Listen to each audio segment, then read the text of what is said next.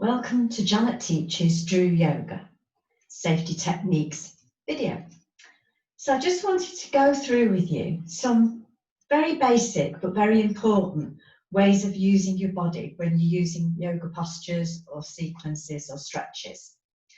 Now, I am talking basics, so the first thing I'm going to look at is how to get up and down off the floor. It is not, and then come in up. No, you don't do that, because that is very unelegant to start with, and it's not doing your body any good, and it's all out of balance, and you're putting strain. So the way that you would naturally come down to make yourself back supported, to make you in balance, come down on one knee, and then you have the knees both down and just sit back. So very simple way of coming down. To come up, fingertips by the side of your knees, tuck your toes under at the back, that tucking under, and then you roll up. So I'm pushing up through my fingers and bringing the weight back onto my toes, bringing the feet and unroll. So you don't come up sharply so that you're causing all sorts of problems. You unroll it. A lot of people come to me, particularly with bad backs, and they want me to give them exercises to help relieve the pain and tension in the backs, which I can do. However, it's how you use your back day to day that actually prevents and cures. So you want to prevent yourself getting to that state, and you want to make sure you stay in a good, healthy state when you get there. You want that healthy back feeling. So what you very much are going to do is rolling, always this unrolling rather than sharp movements. Okay. So that's just simply coming up and down off the floor. Now, what we want to look at is your posture. And you may not know what your own posture is like, and more than likely you don't. So just standing as you normally would, and have a friend stood next to you, looking at you, and let them tell you, are you bum stuck out? Are you bum under? Are you perfectly balanced? Do you know? But don't try and get yourself, just stand there and see, you know, do the shoulders come forward, therefore the bum out, or do you tend to come back? And I've seen both quite exaggerated and then others just slight. So yoga is about getting to know your body, about knowing where all the bits are all of the time, because we amble through life, we dash through life, and we actually don't know where all the bits are. So this is to get to know your body, make friends with it, and get familiar with it. So we'll go into the mountain posture. So the first thing you want, we talk about hip width apart. Now I see people who do that the minute I say hips, because they think, oh, I've got big hips, and that their imagination can be very affected. I'm talking about your hip bones. Think about a skeleton. It has straight legs down. You don't see skeletons with legs out here. So it's the hip bones straight down, hip width apart. Now the way you can measure that, if you put heel to instep and really heel into the toe and swivel back, then they will be hip width. Now that doesn't mean standing here and then stepping out to the side. Can you see I've gone wide again? Any more than it means just being here and having space. It's heel in. If you ever did ballet as a child, which I did, and you swivel back. Okay. Now the way you can double check that, if you put two fists together, they should neatly fit between your feet. So if you've got space, you walk them in. If they're too close, you bring them out, because you should be neat. So that's another way of actually testing it. And then you want to be soft in the knees. Flex those knees. We don't do stiffness, we do flexibility. Okay. And then this part is your core stability. Really important. Now you have two sets of muscles on your back, which one is holding you upright and the other one is giving you your flexibility. And then you've got your abs, which are holding you up at the front. So you've got back and front supported, because unlike our animal friends who are down on all fours and well supported and don't complain of back pain, we stood up, and therefore these muscles have to work together. Now, various things happen to stop these abs working.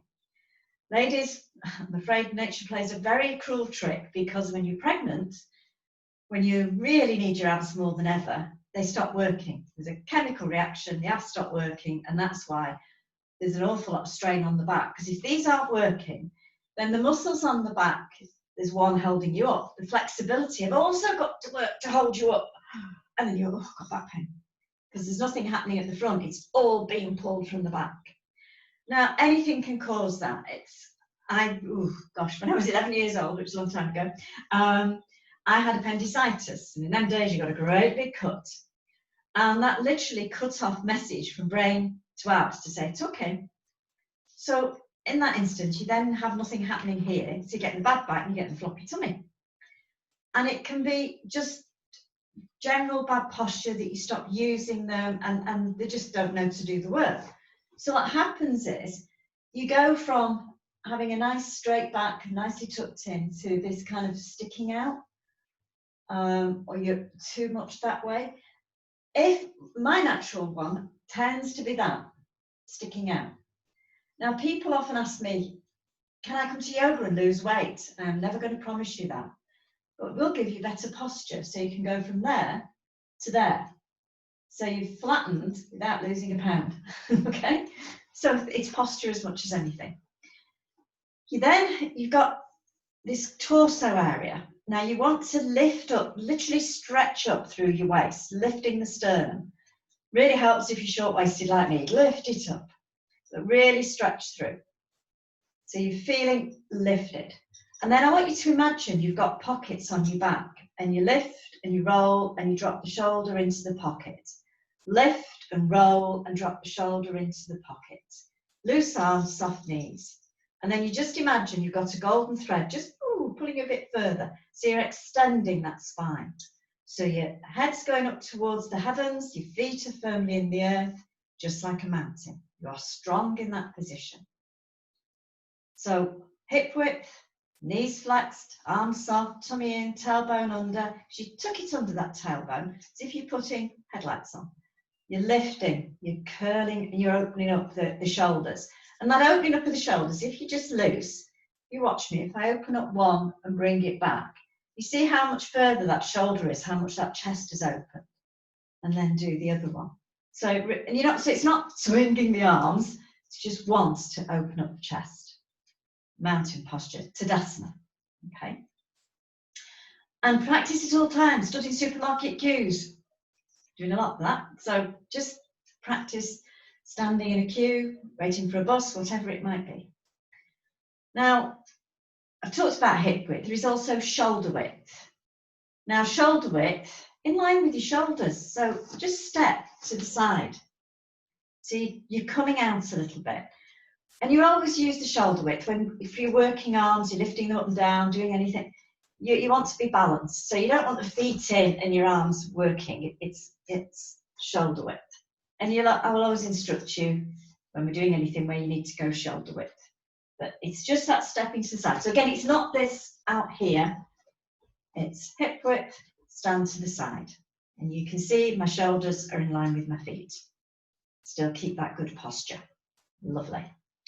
So you've got coming up and down, you've got hip width, and you've got shoulder width, and you've got Tadasana, the mountain posture. Now, when we do wide postures, for instance, if we did the triangle, and we are going to be turning to one side. Now, if I leave that foot, which I refer to as the back foot because I'm facing that way, so it's at the back. If I leave that pointing towards you, then I'm twisting the knee, I'm hurting the ankle. If you were here, you could see even like my skin is twisted. So you lift and turn. See? So then you've got a lovely blow and turn. So always have both feet going in the same direction. You don't walk with one foot there and one foot there, do you? So turn it. Make sure you've got, always look and check. Be aware. Take that awareness into your body. So that's a lovely one. And your body's in the middle and the legs either side. So you're not coming over or coming back. You're in the middle, the legs are strong, and you've got that lovely shape. And you're not hurting yourself or causing damage. Okay? Coming back to the centre. Another one you can look at is using some props. So for instance, when I was talking about coming up and down, if that is difficult for you, you can use a chair, which I happen to have, what I made earlier. So you want to stand a little bit away from the chair, and you have your hands on the chair, and you bring yourself down. So I've not put any strain on anything. To come up, you tuck the toes under at the back, and then you unroll again. Push up, unroll. So use a chair. That is what they're there for. You know, props, we often say with yoga, you can do yoga anywhere, at any time. You can, do props help you along the way. Okay. So I'm going to bring you down. So if we just come down onto the mat, remember, come down on one knee. Just going to pull the mat because it tends to ride on the carpet. Now another one where I talk about the back foot. Sometimes we do positions like that where we've got a nice square leg near above ankle, so you wouldn't be back here or out there or have the foot here. It's square. Now what I often see is these toes at the back, people coming up on them. And if you do that, what you're doing is throwing your weight forward, and then you'll balance. Keep it flat, and then you've got a nice firm base, and you can stand there, sit, kneel there for quite a long time. So it's not up here and throwing yourself, it's flat. And if you're going to be there for a while, I would even recommend just sloping it slightly, so you're giving yourself a broader base and you're a bit firmer. Okay? And then bring it back. Okay. What we also do is the child pose. Now with the child pose, the full pose is sitting back on the heels, bringing the forehead down to the floor, and you bring the arms behind. Now it may be that you can't get down onto your heels, that you're only here or even here. Cushion. Pop a cushion there, make it more comfortable, and that's giving you a bit more lift. I wouldn't recommend using a block. Block's far too hard. You want a cushion, and maybe 2 or 3 cushions, whatever you feel you need. And then you can come down. Now, it may be that you struggle to come forwards. So just take your knees a bit wider, make it comfortable for yourself. And then you've got room to bring the body down. And again.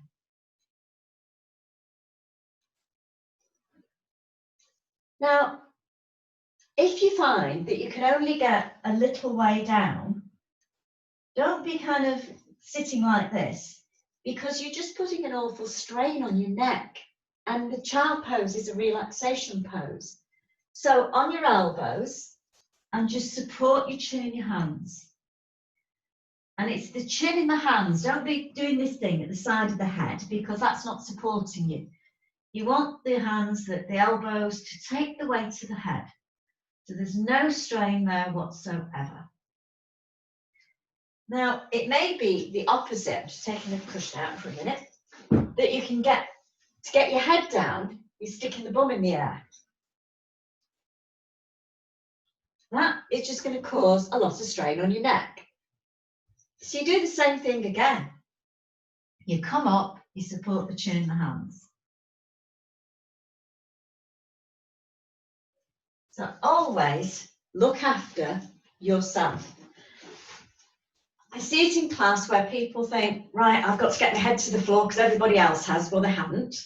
Nobody's watching you, and even more so at home. You are completely, in your own home, in your comfort area. So look after your body. Don't think, oh, I've got to achieve this. Over time, you will. And I don't know how long, because so often people say to me, how long will it take me? I don't know, because you've all had such different experiences in life and used your body in different ways. So when you come down, support your head, and bit by bit, and I've had people in my classes who are there and they're coming down, and then there's this sudden, yes, I did it, I got my head down, wonderful, celebrate, you've achieved it. Whichever is right for you. Okay. Another one similar to that is the butterfly pose.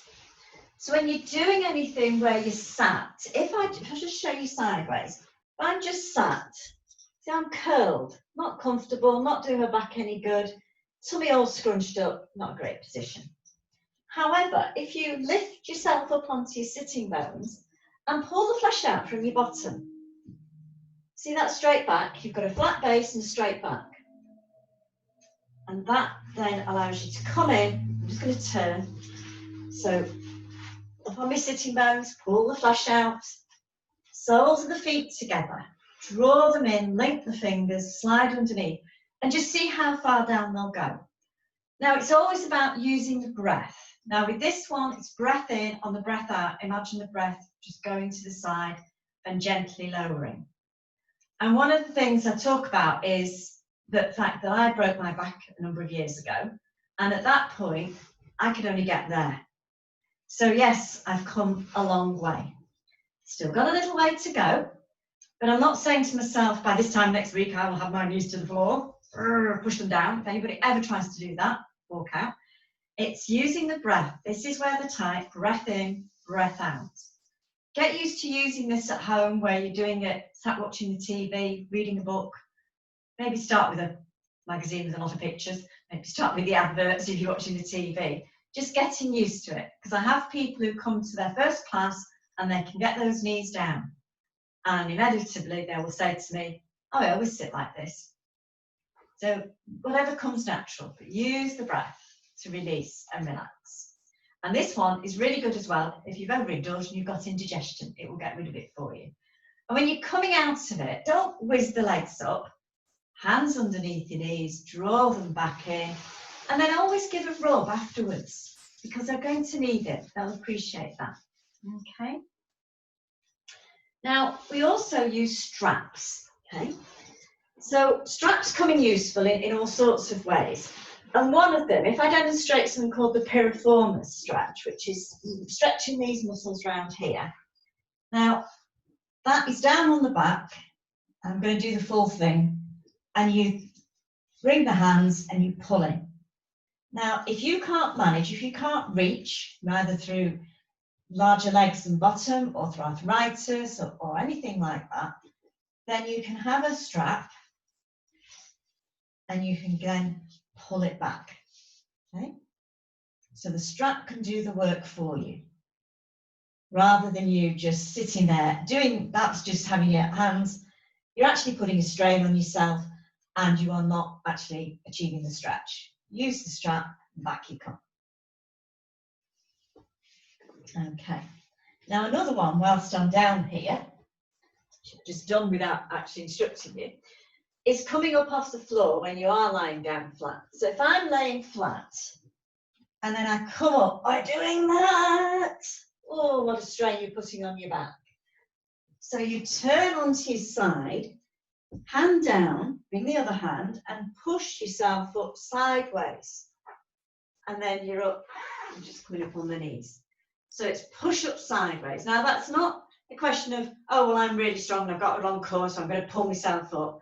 It's what I said at the beginning, pushing yourself up sideways. It's using something sensible to keep you back in good condition, to keep your muscles in good condition.